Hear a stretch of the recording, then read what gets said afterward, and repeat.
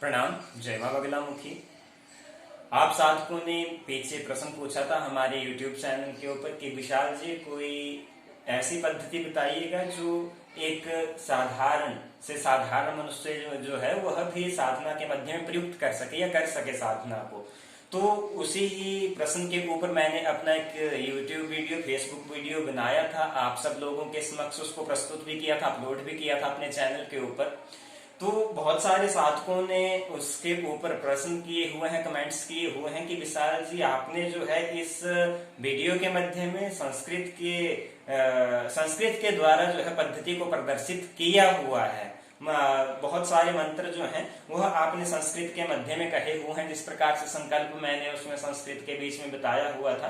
तो उन्होंने बोला था कि पद्धति तो बहुत अच्छी बताई है आपने, लेकिन आप कृपया इस जटिल पद्धति को, जो आपने जटिल वीडियो बनाया है इस पद्धति के ऊपर, मन पूजन की पद्धति के ऊपर, कृपया करके इसको सरल भाषा के मध्य में, या एक साधक का तो कमेंट इस प्रकार से आया था कि क्या विशाल जी जो आप संस्कृत में कह रहे हैं तो क्या यह पद्धति जो है हिंदी, क्षमा कीजिएगा, हिंदी में नहीं हो सकती?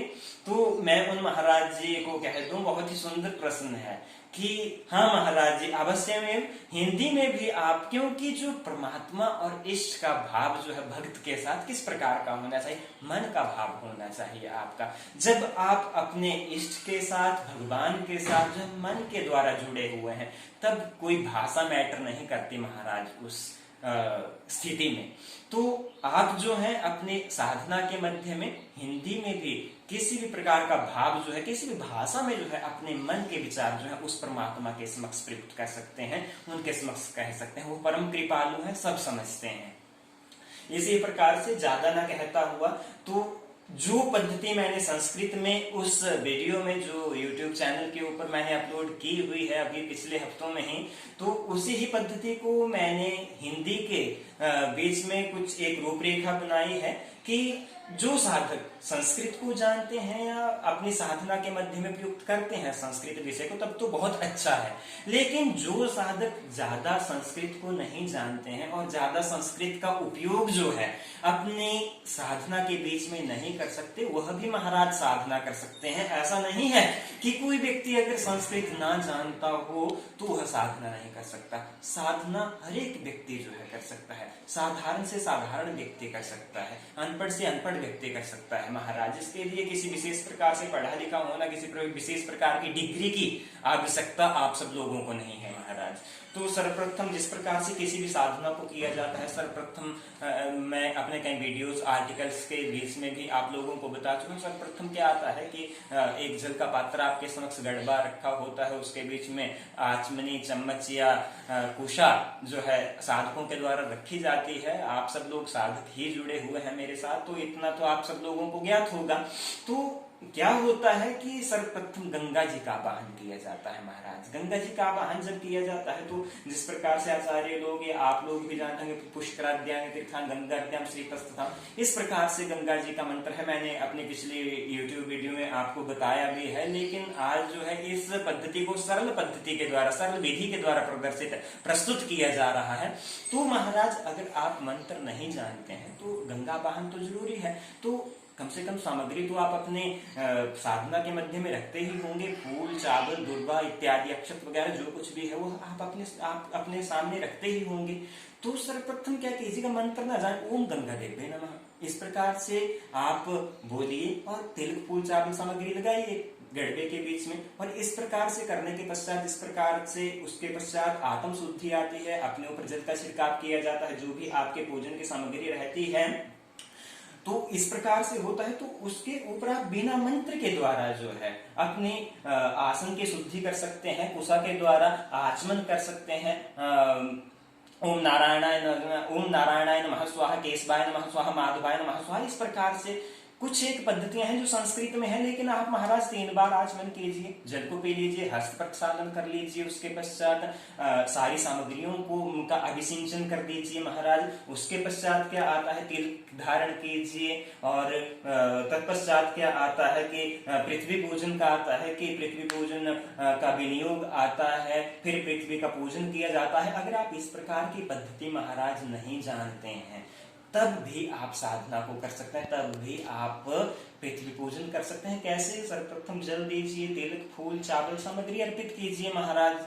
माता धरत्री देवी के लिए, माँ पृथ्वी देवी के लिए माँ अवश्य में प्रसन्न होंगी। ऐसा नहीं है कि विनियोग के द्वारा या अन्य मंत्रों के द्वारा ही पृथ्वी पूजन किया। आप नहीं जानते हैं तब भी पृथ्वी पूजन कीजिए, लेकिन पद्धति का प्रयोग अपनी साधना के मध्य में, अपने साधना के परिपाटी, अपनी साधना के प्रोसेस के मध्य में अवश्य में कीजिए, क्योंकि कर्मकांड अत्यंत ही आवश्यक है, पद्धति अत्यंत ही आवश्यक है। हमारी साधना के मध्य में हो या किसी भी प्रकार का अनुष्ठान हो महाराज, साधना पद्धति के मध्य में कर्मकांड की यह पद्धति की आवश्यकता रहती ही रहती है। तत्पश्चात इस प्रकार से करने के पश्चात आप सरसों के दाने ले लीजिए अपने बाएं हाथ के ऊपर, और अगर आप नहीं जानते हैं जिस प्रकार से भूतोत्सारण किया जाता है, वो भी मैंने अपने YouTube चैनल के ऊपर बताया हुआ है कि भूतोत्सारण किया जाता है। तो आप इस प्रकार से नहीं जानते हैं कि किस प्रकार से भूतोत्सारण का मंत्र पढ़ा जाता है, तो बस अपने दाएं हाथ से चारों दिशाओं में उन सरसों के दानों को फेंक दीजिए। तो तत्पश्चात जो है अंतरिक्ष में जो है थोड़े से सरसों के दाने जो भी इतने भाग में, इतने इस मुद्रा में आते हैं, आपकी चुटकी में जितने दाने आते हैं, तो उतने दाने अंतरिक्ष के मध्य में फेंकिए। और तत्पश्चात जो है जो भी आपके सरसों के दाने जो हैं हाथ में हैं, उनको भूमि पे डाल दीजिए। इस प्रकार से करने के पश्चात अगली जो प्रोसेस आती है वह आती है संकल्प की। अब संकल्प का ही वो महाराज जी प्रश्न पूछ रहे थे, संकल्प का ही विशेष उनका प्रश्न था। कुछ ज्यादा ही लंबा संकल्प जो है मैंने अपने YouTube वीडियो के मध्य में उस समय बता दिया था, और उन्होंने कहा था कि महाराज अगर इस प्रकार से हम संस्कृत में संकल्प लेना ना जाने तब क्या करें। तो मैं उन महाराज जी से कह दूं कि महाराज तब भी आप, लेकिन संकल्प आवश्यक है, लेना तो पड़ेगा ही, लेकिन हिंदी में ले लीजिए, कोई आपत्ति नहीं है महाराज। सर्वप्रथम अर्घ्य लीजिए, अर्घ्य में कुशा को रखिए और विष्णु विष्णु विष्णु जी का नाम लेते हुए अपना नाम, गोत्र, स्थान, गांव, जो भी आपका डाकघर, तहसील, जिला, प्रदेश पड़ता है, उसका उच्चारण करते हुए माँ बगलामुखी जी की अनुकंपा प्राप्ति के लिए, या जो भी आपका मन के मध्य में हेतु है। विशेषकर जब मैं किसी भी अनुष्ठान को, माता बगलामुखी जी का अनुष्ठान करता हूँ, तो जिस प्रकार से मैं हर रोज बोलता हूँ, संस्कृत में ही बोलता हूँ चाहे, लेकिन जो मेरा मन का भाव होता है वो होता है कि माता बगलामुखी की अनुकंपा मुझ पे हो, माँ बगलामुखी जी की प्रीति मुझ पे हो। तो इस प्रकार से जो है जब मैं संस्कृत के मध्य में बोलता हूँ, आप हिंदी में बोलिए, कोई आपत्ति नहीं कि अमुक देवी देवता की या माता बगलामुखी जी की प्रीति मुझ पे हो, या मेरा अमुक नाम का कार्य जो है सिद्धि के लिए जो है, कि सिद्धि के लिए मैं इस जप को, इस यजन को, इस पूजन को कर रहा हूं, और हे माँ बगलामुखी, हे माँ काली, हे भैरव जी, हे नाहर सिंह जी, आपकी कृपा के द्वारा, आपकी प्रीति के द्वारा जो है मेरा अमुक नाम का कार्य जो है सिद्ध हो जाए। और इसीलिए मैं इस संकल्प को, इस अमुक नाम के मंत्र का पुष्चरण जो है इतनी संख्या में जो है जप करूंगा, इसका मैं यजन करूंगा, इसका मैं हवन करूंगा। इस प्रकार से करने के पश्चात जो है आप उस जल को धरती के ऊपर गिरा दीजिए महाराज। उसके पश्चात फिर से आपने आचार्य लोगों को भी देखा होगा, फिर से संकल्प को लिया जाता है, तदगत्या निर्विघ्नता सिद्ध हेतु में, ये इस प्रकार से। तो आप जो है हिंदी में बोलिए कि उसके साथ ही मैं गणपति जी का पूजन, गणपति जी का जप, भैरव दीपक का पूजन, भिक ज्योतिका का पूजन, माँ कुलजा देवी का पूजन, अपने स्थान देवता का पूजन भी इस पूजन के मध्य में करूंगा। इस प्रकार से आप जल धरती के ऊपर गिरा दीजिए महाराज। संस्कृत में बोलने की आवश्यकता नहीं है अगर आप संस्कृत को ना जानते हो तो। अगर जानते हैं तब तो फिर अनिवार्य है। तो इसी ही प्रकार से करने के पश्चात महाराज आप जो आपके समक्ष आपने घी की ज्योति जलाई है, और अवश्य में भी जिस समय साधना कर रहे हैं, 11 दिन की कर रहे हैं, 21 दिन की कर रहे हैं, 41 दिन की कर रहे हैं, कोशिश करें, प्रयत्न करें कि गाय का घी हो ज्योति के बीच में, क्योंकि जो गाय के घी का ऑरा है वह और घी के ऑरा से जो है कहीं ज्यादा अधिक होता है, ये हमारे गुरु जी कहते थे महाराज। इस प्रकार से घी की ज्योति का पूजन कीजिए। और घी की ज्योति के ऊपर कहा जाता है, विद्युत जनों का भी कहना है, विद्युत गणों का भी कहना है कि दुर्बा अर्पित नहीं की जाती ज्योति के ऊपर, या देवी पूजन के मध्य में दुर्बा को अर्पित ना करें, क्योंकि ज्योतिका को जो है वह माँ दुर्गा का ही निराकार स्वरूप माना जाता। तो ज्योति के ऊपर दुर्वा कभी भी ना अर्पित करें महाराज। और सामग्रियां आप अर्पित कर सकते हैं। उसके पश्चात जो है आप धूप पात्र का पूजन कीजिए और शंख का, घंटी का, जो भी आपके समक्ष आपने अपने पूजन के जो आपका मंडप है उसके मध्य में जो भी सामग्रियां रखें उनका पूजन पंचोपचार से कम कीजिए। तत्पश्चात संकल्प लेने के पश्चात अगर आप देवी पूजन कर रहे हैं तो देवी पूजन करने का संकल्प तो हमने उस समय ले लिया। संकल्प के पश्चात क्या आता है, जिस प्रकार से माता चंडिका जी का पूजन कर रहे हैं कि विद्युताम समप्रभाम मृगपति स्कंधस्थितम, इस प्रकार से मंत्र है, अनुष्टुप छंद में है। और अगर माँ बगलामुखी जी का आप जब यजन कर रहे हैं तो महाराज मध्य सुधावली मणिमंडप रतन विद्या सिंहासन परिगताम परिपीत वर्णाम, इस प्रकार से है। अगर इस भी मंत्र को नहीं जानते हैं महाराज तो जो सर्व देवी सभी देवियों में मान्य जो मंत्र है वह श्री सूक्त का है। हिरण्य वर्णम हरण्य सुवर्ण रजस्त्रजाम चंद्रम हिरण्यमय लक्ष्मीं जात वेदो आगच्छेह महादेवी सर्व संपत् प्रदायिनी यावत व्रतम समापितम तावत त्वहं सानिध्यो भवा। इस प्रकार का आप मानसिक ध्यान जो है माँ दुर्गा का, चंडिका का, काली जी का कर सकते हैं महाराज। समस्त स्वरूपों के मध्य में माँ दुर्गा जी का निवास है महाराज। कभी भी माँ दुर्गा, बगलामुखी, अपनी कुल देवी को अलग अलग ना समझें। सारे स्वरूप जो हैं एक ही हैं, एक ही स्वरूप के मध्य में समस्त स्वरूप जो है वह निहित हो जाते हैं महाराज। तो इस प्रकार से ध्यान कीजिए, पुष्प हाथ में लीजिए और जो भी फोटो है, मूर्ति है, उसके ऊपर जो है उन फूलों को अर्पित कर दीजिए। तत्पश्चात क्या आता है कि पैर धुलाए जाते हैं सर्वप्रथम किसी भी देवी देवता की। यह निश्चित ही है, पंचोपचारी षोडशोपचारी पूजन के बीच में निश्चित है कि सर्वप्रथम पाद्यम का मंत्र आएगा। तो इसके बीच में भी अगर देवी का पूजन करना है तो हिरण्य वर्णा से या अन्य मंत्रों से जो है श्री सूक्त के अन्य मंत्रों से, दूसरे श्लोक से जो है आप ताम आबह जात वेदु लक्ष्मी मनपन गामिनी यस्य हिरण्यम बिंदेम गामस्वम पुरुखान हम, इस प्रकार से है। या अन्य पाद्य के मंत्र है वह आप प्रयोग कर सकते हैं। अगर जिस प्रकार से हमारा आज वीडियो का जो मूल उद्देश्य है कि संस्कृत न जानता हो कोई व्यक्ति, तो आप जो है हिंदी में भी कि हे माँ दुर्गे, हे माँ चंडिका, हे माँ बगलामुखी, मैं आपके चरणों को प्रक्षालित कर रहा हूँ, धो रहा हूँ।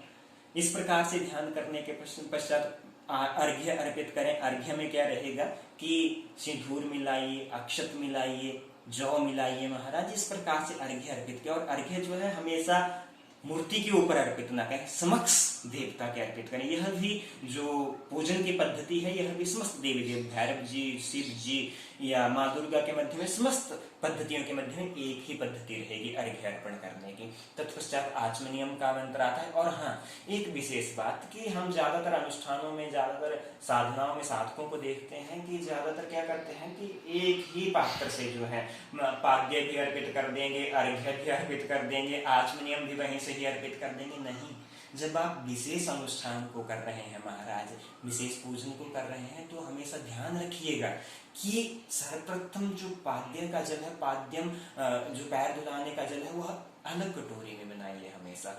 जो अर्घ्य है आपका उसमें जिस प्रकार से चावल, सिंदूर, चंदन मिश्रित किए हुए हैं, अर्घ्य अलग से अर्पित कीजिए आप। पीने का जल जिसमें कर्पूर मिश्रित हो या लौंग, इलायची, इस प्रकार से विशेष माँ को पीने के लिए जल बनाया गया हो विशेष स्वरूप से, उसको अलग से बनाए। ज्यादातर साधकों को क्या देखता हूँ कि बस एक ही गड़बा रखा हुआ है, एक ही गड़बे से पाद्यम भी, अर्घ्यम भी, आचमनियम भी। नहीं, जब आप विशेष अनुष्ठान कर रहे हैं महाराज तो कृपया करके अलग अलग जो है इन समस्त जलों को तैयार कीजिएगा। यही कारण है, कोई विशेष त्रुटियां नहीं हमसे साधनाओं के मध्य में होती कि यह मंत्र हमने गलत पढ़ दिया या यह पद्धति हमने गलत कर दी तो हमें साधना के मध्य में फल प्राप्त नहीं हुआ।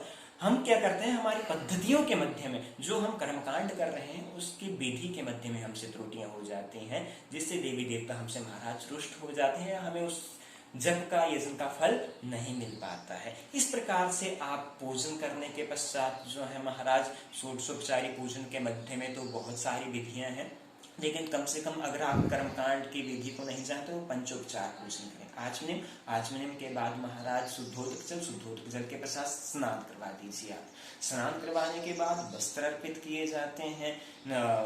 उसके पश्चात जो है धूप, दीप अर्पित किया जाता है। और सर्वप्रथम तो क्षमा कीजिएगा, सर्वप्रथम तिलक अर्पित करें, तिलक लगाएं, माँ को अक्षत अर्पित करें। और जिस प्रकार से कहा गया कि दुर्बा देवी उपासना में अर्पित नहीं की जाती, तो दुर्बा ना चढ़ाएं। अगर हाँ आप जिस प्रकार शिव भैरव नाहर सिंह जी का पूजन कर रहे हैं तो आप दुर्बा भी अर्पित कर सकते हैं। तो दो पश्चात सौभाग्य द्रव्य सुहागी अर्पित की जाती है महाराज। सौभाग्य द्रव्य के पश्चात दीप धूप प्रदर्शित किया जाता है, जिस प्रकार से मैंने पहले कह दिया था, तो वह प्रोसेस अब आएगी। ठीक है, तो उस धूप और दीप को अर्पित करने के पश्चात जो है नैवेद्य अर्पित करें।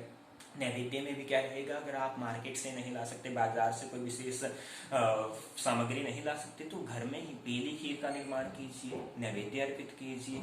नाभ्य आसीद अंतरिक्ष समवर्तता, इस प्रकार के मंत्र हैं, वो भी आप अर्पित नहीं कर, वो भी आप प्रयुक्त पढ़ नहीं सकते महाराज, तो धन्ना जाट की तरह बस हे मां आप इस हमारे नैवेद्य को ग्रहण कीजिए, बस मन से माँ के साथ जुड़िए महाराज। और जब आप मन के साथ माँ के साथ जुड़ेंगे, शिव के साथ जुड़ेंगे, नारायण के साथ जुड़ेंगे, तो अवश्य में भी आपका वह नैवेद्य बैकुंठ लोक तक पहुंचेगा, माँ बगलामुखी जी के धाम तक पहुंचेगा महाराज। इस प्रकार से करने के पश्चात आप मंत्र पुष्पांजलि अर्पित कीजिए, प्रदक्षिणा कीजिए। और तदुपरांत जो है महाराज कर्मकांड की अनेकों पद्धतियां हैं, और कर्मकांड की अनेकों पद्धतियों के मध्य में जो है किसी भी जटिल से जटिल पद्धति को ले लीजिए महाराज, अंत में क्षमा प्रार्थना आता ही आता है महाराज। क्योंकि इस संसार के मध्य में कोई ऐसा व्यक्ति नहीं है जिससे त्रुटियां नहीं होती, तो यही हमारी पद्धति के मध्य में भी ऋषि मुनियों के द्वारा प्रयुक्त किया गया है कि आवाहनम ना जानामि विसर्जनम पूजाम शैवम ना जानामि क्षम्यताम परमेश्वरा। इस प्रकार से क्षमा प्रार्थना अवश्य में भी, चाहे कितना ही विद्वान क्यों ना हो व्यक्ति, क्षमा प्रार्थना अवश्य में भी मांगी जाती है। तो महाराज कभी भी पूजन करें, किसी भी प्रकार की विधि अपनाएं, अंत में क्षमा प्रार्थना अवश्य मांगिएगा। और क्षमा प्रार्थना मांगने के पश्चात जो है आप अपना तदुपश्चात जो है आप क्षमा प्रार्थना मांगने के पश्चात जो है महाराज अपना जप जो है आप प्रारंभ कर सकते हैं। और जप किस प्रकार से प्रारंभ किया जा सकता है कि जिस प्रकार से आपका विनियोग है, विनियोग लिया जाता है। विनियोग का आप सबको पता होगा किस प्रकार से विनियोग लिया जाता है, और विनियोग को संस्कृत में ही पढ़ना अत्यंत आवश्यक है महाराज। इसीलिए किसी योग्य गुरु के परामर्श से या किसी विद्वत गण के परामर्श से जो है विनियोग को एक प्रकार से उसका रटन कर लीजिए, उसको याद कर लीजिए, लेकिन विनियोग को अवश्य में संस्कृत में ही पढ़िए। विनियोग के पश्चात क्या आता है महाराज, विनियोग के पश्चात आपका ध्यान आएगा। फूल लीजिए फिर से हाथ में, और उस स्वरूप का, पराम्बा जी के स्वरूप का, शिव के स्वरूप का ध्यान कीजिए महाराज, कि वह स्वरूप वहाँ बैकुंठ लोक में, वह स्वरूप वहाँ कैलाश के मध्य में नहीं है, वह स्वरूप जो है इस समय हमारे समक्ष प्रकट है और हमें आशीर्वाद दे रहा है। इस प्रकार का ध्यान कीजिए महाराज, अवश्य में भी आपको उन देवी देवताओं की प्रीति प्राप्त होगी जिन देवी देवताओं का आप पूजन कर रहे थे। तदुपरांत न्यास आएंगे, करन्यास, हृदयादि न्यास, इस प्रकार से आएंगे। तो महाराज उन न्यासों के विषय में भी किसी योग्य साधक या किसी योग्य गुरु से जाने तब ही न्यास कीजिएगा, क्योंकि न्यास भी अत्यंत आवश्यक है हमारे साधना। और कोई ज्यादा जटिल विषय नहीं है यह न्यास का।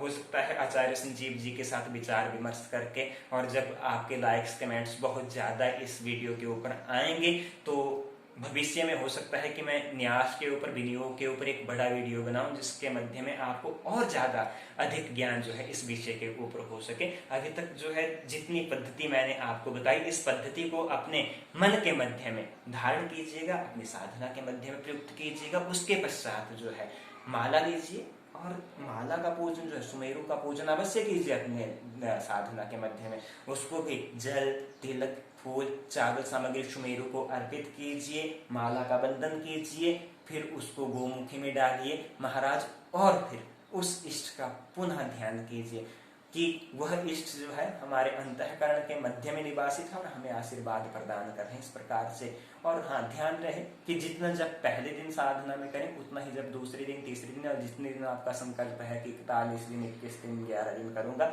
उतने दिनों में करते रहें। ऐसा नहीं कि 11 माला आज की, कल 8 ही की, परसों 7 की, या चौथ को आपने 12 या 13 मालाएं कर दे तो महाराज हमेशा एक सीक्वेंस बनाए रखें। अगर 11 मालाएं कर रहे हैं तो 11 ही मालाओं का सीक्वेंस रखें। तो दो पश्चात जब जो है पूर्ण होने के पश्चात माला को पकड़िए और आचमनी में जल लीजिए, धरती पे गिराइए और ओम सम शुक्राय नमः इंद्रदेव का ध्यान करते हुए उस जल को माथे से लगाइए। तब जाके जो है उस माला को अपने स्वस्थान के ऊपर रखिए और तदुपरांत जो है महाराज सूर्य अर्घ जो है अवश्यमेव दीजिए अपनी साधना के माध्यम, क्योंकि सूर्य अर्घ्य के द्वारा जो है एक सूर्य साक्षी हैं हमारे कर्मकांड के, हमारे पूजन के महाराज। तो इस प्रकार से पूजन कीजिए और पूजन के मध्य में अर्घ्य जो है आप अवश्य